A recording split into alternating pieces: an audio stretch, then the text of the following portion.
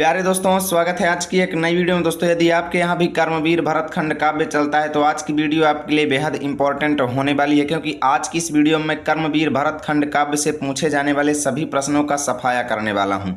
बस आप सभी को वीडियो में अंतिम तक जुड़े रहना है। अगर आज की इस वीडियो को आप अंतिम तक देख लेते हैं तो कर्मवीर भरतखंड काव्य से आपका एक भी प्रश्न बोर्ड एग्जाम में नहीं छूटेगा, आप पूरा का पूरा करके आएंगे। और कैसे लिखना है, कितने पेज लिखना है, किस प्रश्न का आंसर कैसे देना है और कर्मवीर भरतखंड काव्य से कैसे कैसे प्रश्न पूछे जाते हैं, सब कुछ आज की इस वीडियो में क्लियर करूंगा। बस आप सभी को वीडियो में अंतिम तक जुड़े रहना है। और अगर हाँ वीडियो आपको अच्छा लगे तो प्यारा सा लाइक कर देना और दोस्तों के पास शेयर कर देना। देखिए दोस्तों, इससे पहले मैं आपको बता दूं, कर्मवीर भरतखंड काव्य से अगर आपसे ऐसे प्रश्न पूछे कि कर्मवीर भरतखंड काव्य की कथा का संक्षेप में वर्णन करो, या फिर कर्मवीर भरतखंड काव्य का सारांश संक्षेप में लिखो, या फिर कर्मवीर भरतखंड काव्य की कथा वस्तु लिखो, या फिर कर्मवीर भरतखंड काव्य का कथानक लिखो, तब आपको सेम यही आंसर देना है।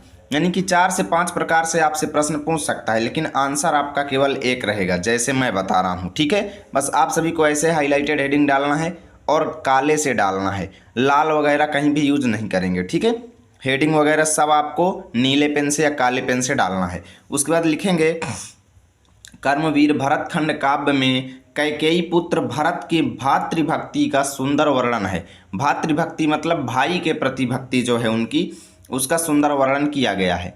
इस खंड काव्य का सर्गवार सारांश इस प्रकार है। सर्गवार का मतलब यह है कि सर्ग बाई सर्ग सारांश। ठीक है, प्रथम सर्ग जिसका नाम है आगमन, इसमें लिखेंगे, इस सर्ग में दूत द्वारा सूचना लेकर ननिहाल पहुंचने तथा भरत का अयोध्या आने का वर्णन है। यानी दूत गया सूचना लेकर के उनके ननिहाल पे, तो जैसे ही सूचना पाए तो भरत वहां से अयोध्या लौट आए। ठीक है, अब कौन सी सूचना थी आगे पढ़ेंगे अभी। साथ ही राजा दशरथ की मृत्यु से अयोध्या के शोकपूर्ण वातावरण का वर्णन किया गया है। यानी कि राजा दशरथ की मृत्यु का समाचार लेकर के दूत जब भरत के ननिहाल गया तो उस समय भरत ननिहाल में थे, तो जैसे ही उनको सूचना मिली तो अयोध्या लौट आए। ठीक है, साथ ही प्रथम सर्ग में राजा दशरथ की मृत्यु से अयोध्या के शोकपूर्ण वातावरण का वर्णन भी किया गया है। उसके बाद द्वितीय सर्ग हेडिंग डालेंगे जिसका नाम है राजभवन। अब आपको एग्जाम में अगर सर्ग का नाम याद ना आए तो आप सीधा द्वितीय सर्ग लिख के लिखना शुरू कर दें, राजभवन नाम बिल्कुल ना डालें। ठीक है, इस सर्ग में भरत कैकेयी माता से मिलते हैं तथा उनकी बुद्धि भ्रष्ट जान करके शोक के साथ अन्य माताओं कौशल्या तथा सुमित्रा से मिलने जाते हैं। ठीक है, उसके बाद तृतीय सर्ग हेडिंग डालेंगे जिस सर्ग का नाम है कौशल्या सुमित्रा मिलन। लिखेंगे, इस सर्ग में भरत के कौशल्या तथा सुमित्रा माताओं से मिलने की कथा वर्णित है। यानी इस सर्ग में वो माता कौशल्या और सुमित्रा से मिलने गए। ठीक है, कौशल्या तथा सुमित्रा माताएं उनको समझाती हैं कि वो अपने मन के सारे दुख दूर कर दें और अपने कार्यों का निर्वाह करें। यानी कि समझाती हैं भरत को कि हे भरत, आप अपने सारे दुख दूर कर दीजिए और आपका जो कर्तव्य है उसका निर्वहन कीजिए। ठीक है, ये आपका तृतीय सर्ग है। उसके बाद हेडिंग डालेंगे चतुर्थ सर्ग जिसका नाम है आदर्श वर्ण। क्या नाम है? आदर्श वर्ण।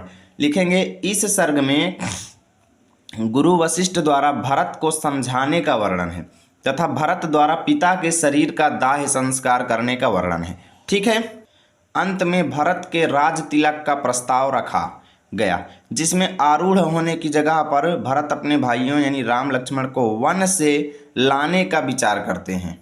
यानी कि तीसरे ही सर्ग में भरत को राजा बनाने की बात कही गई। ठीक है, यानी कि उनको सत्ता पर स्थापित होने की बात कही गई, राजा बनने की बात कही गई, लेकिन उन्होंने सत्ता पर आरूढ़ होने की जगह पे क्या किया, अपने भाइयों को वन से वापस लाने के लिए वो विचार करते हैं। ठीक है, उसके बाद पंचम सर्ग हेडिंग डालेंगे जिसका नाम है वन गमन।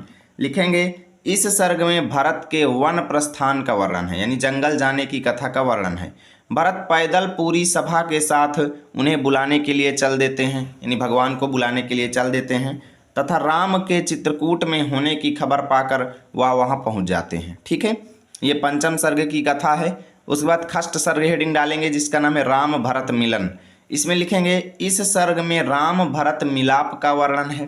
पूरी सभा तथा भरत स्वयं राम को वापस अयोध्या चलने के लिए विनती करते हैं, परंतु राम अपने पिता के वचनों के प्रति हठी हैं और वन में ही रहना चाहते हैं, जिससे भरत उनकी चरण पादुका लेकर के अयोध्या लौट जाते हैं। और यहाँ से ही दोस्तों आपका ये खंड काव्य भी फिनिश होता है। उम्मीद करता हूँ पूरा खंड काव्य आपको बहुत ही अच्छे से समझ में आया होगा।